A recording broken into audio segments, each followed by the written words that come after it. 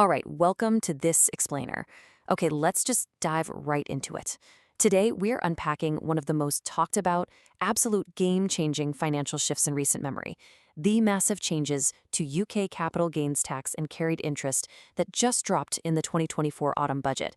If you've been following the financial news at all, you know these reforms are fundamentally reshaping exactly how investment profits are taxed in the UK. We're going to break down exactly what changed, who is actually impacted by this, and the real numbers behind the policy. So here's our game plan for today. First, what is capital gains tax? Second, who actually pays it? Third, the 2024 budget reforms. Fourth, business and investor reliefs. And finally, demystifying carried interest. 5 clear steps. Let's get into it. To kick things off, what's really fascinating here is the sheer difference in scale.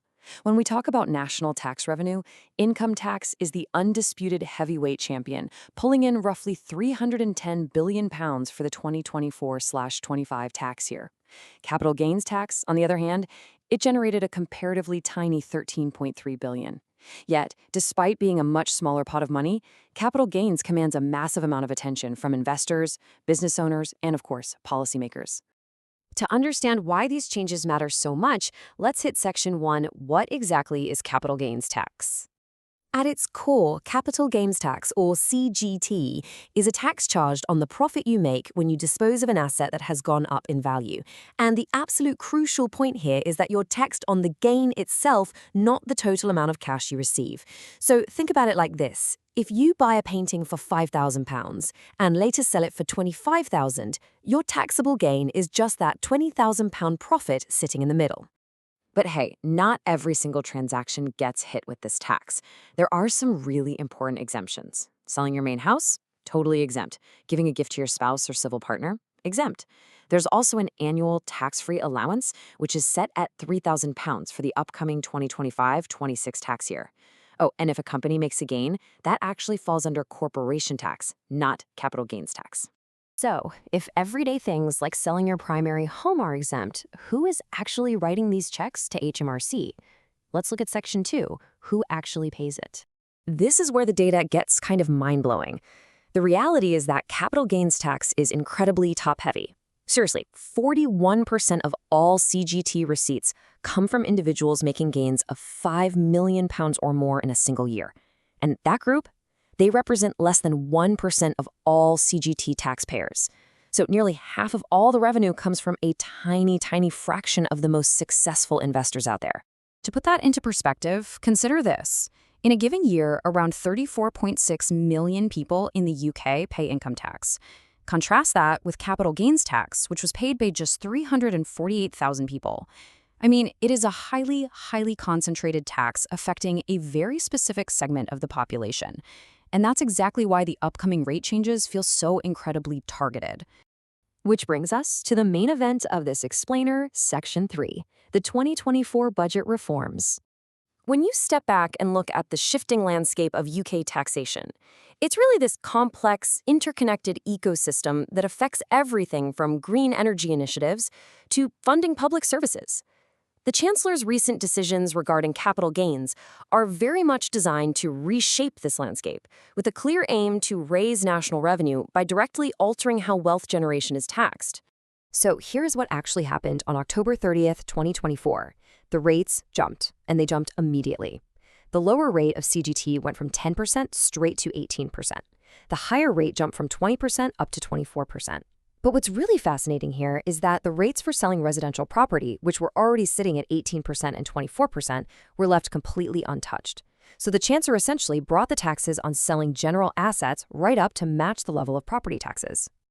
All right, let's zoom in a bit closer on the business owners with Section 4, business and investor reliefs.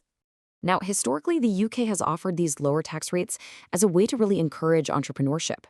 You've got business asset disposal relief, or badge, for sole traders or partners selling their business. Then you have investors relief, which applies to people selling shares in unlisted trading companies. Well, a massive immediate change in this budget is that the lifetime limit for investors relief was suddenly slashed down to £1 million. That brings it right in line with the existing badge limit, effectively putting a strict cap on the amount of wealth that can actually benefit from those lower tax rates. And it's not just the limits that are changing. The tax rates for these reliefs are climbing too.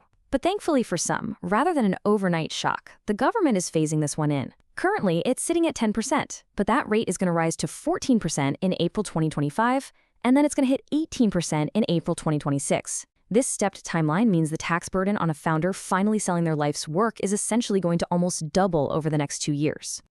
So why make all these moves? Well, it literally comes down to this one number, £1.44 billion. That's the amount of extra revenue the government forecasts these combined capital gains reforms, so the main rate hikes plus the relief adjustments, are going to raise in just the 2025/26 tax year. It's a highly calculated maneuver to pull more funds into the national treasury from that very top tier of investors. Okay, for our final stop, let's turn our magnifying glass to a really niche but heavily debated area of finance in Section 5, demystifying carried interest. Let's just strip away all the complicated private equity jargon for a second, right? Carried interest is basically just the share of profit that investment managers earn for successfully growing a fund. Usually, the external investors have to get their initial capital back first, plus a fixed return, which is often called a hurdle rate of about 6 to 8%. Once that hurdle is cleared, the managers get a slice of their remaining profits, and that's typically around 20%. And historically, this was taxed incredibly efficiently as a capital gain. But that highly tax-efficient agreement, which has actually been in place since 2003, is officially ending. And it's happening in a two-step transition. First up, in April 2025, the carried interest capital gains tax rate jumps to a flat 32% for one transitional year. Then, the real earthquake hits in April 2026. Carried interest is going to be fundamentally reclassified. It will no longer be taxed as a capital gain at all. It's going to be taxed as trading income. So what do these 2026 income rules actually mean in practice? Well, managers are now going to be subject to income tax and national insurance contributions.